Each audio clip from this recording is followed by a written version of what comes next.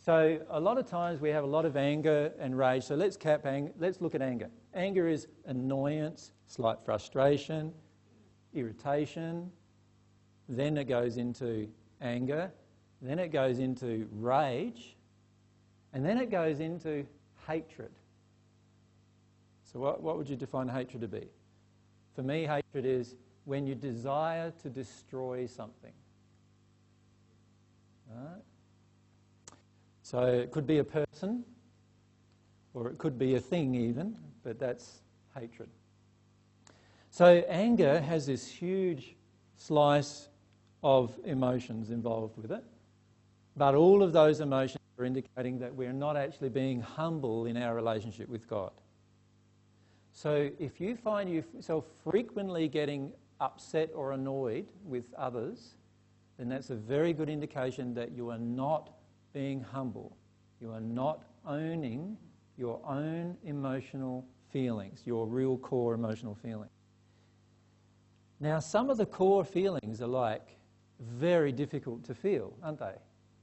Like, for instance, if you have been hurt when you're a little child and abused, and you don't understand why you've been abused or hurt, then that's going to be a hard emotion, isn't it, to work your way through.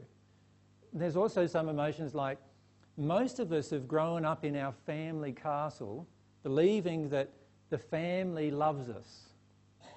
Right? Trust me, you'll really see when somebody loves you if you don't do what they want. Then you'll really see if they love you. And the majority of times what happens in that situation for us?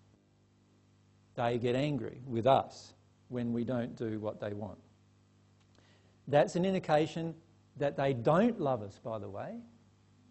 Right? See, a lot of times what we're doing is we're telling ourselves these messages about love that we want to believe so that we don't have to feel what it feels like to feel the opposite thing. And this is one of the things we do with the lack of humility.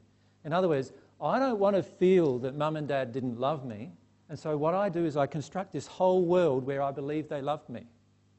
And if somebody says, and you hear it all the time. I was talking with Anna this morning, and Anna, you actually said something to me in this interaction that we had, where you were trying to make me believe that Mary's parents were loving Mary, or Mary's brother was loving Mary even though he was in a rage with her.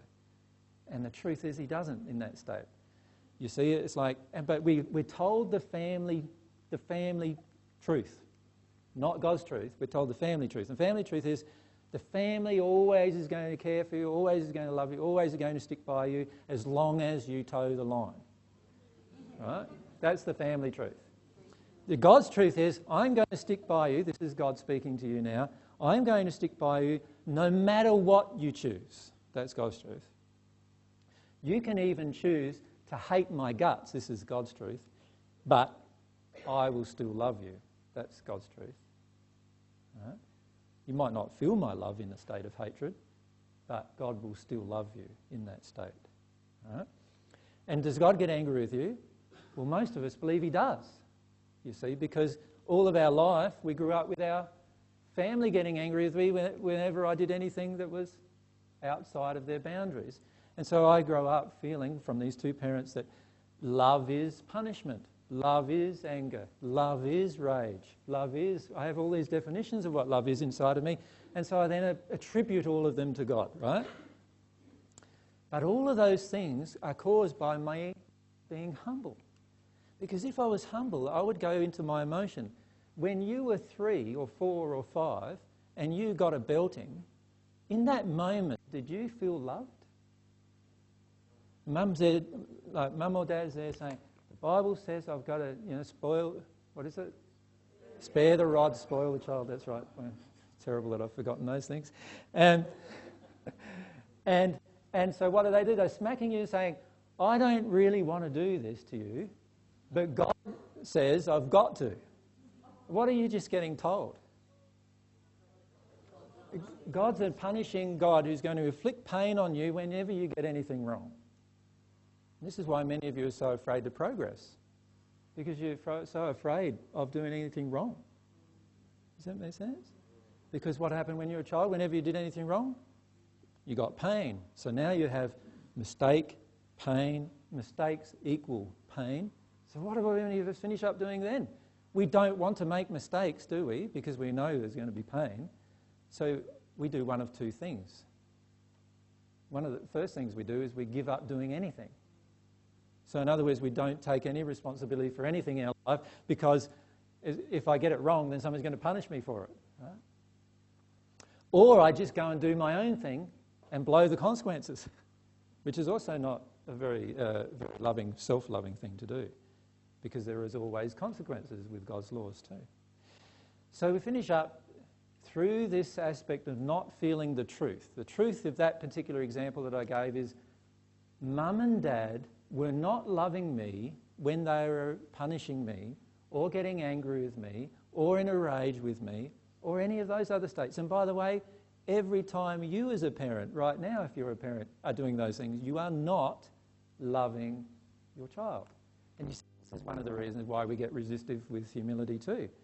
Because we recognise that, what I'm crying about with my mum and dad, I've done hundreds of times with my own child. Right? And so we don't want to come face to face with the personal feelings about how we've damaged others.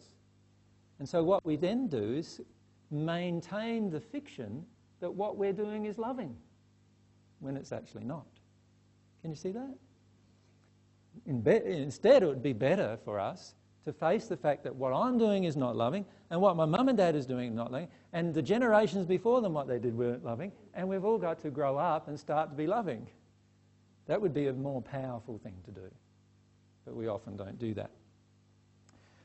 So anger is a really good indication that we're really folding down and shutting down our connection with God. You see, when we're humble, we don't get into anger very much, if at all. When you're at one with God, you won't even get into anger at all. But before you're at one with God, if you get angry frequently, it means that you're still in a state of resistance. Right? And instead of focusing on and trying to punish yourself, which is actually worse, it's going to make the situation worse, it's far better to talk to God about why you're so resistant. And remember, we said the other week that anger is always covering over fear. So there's some fears that you are not facing when you're in an angry state, and you need to start talking or looking at them. All right, so for any of you who feel that you don't have fears, do you have anger? Well, if you have anger, then that indicates you actually have quite a lot of fears, but you're just covering them over with anger. You see? Okay.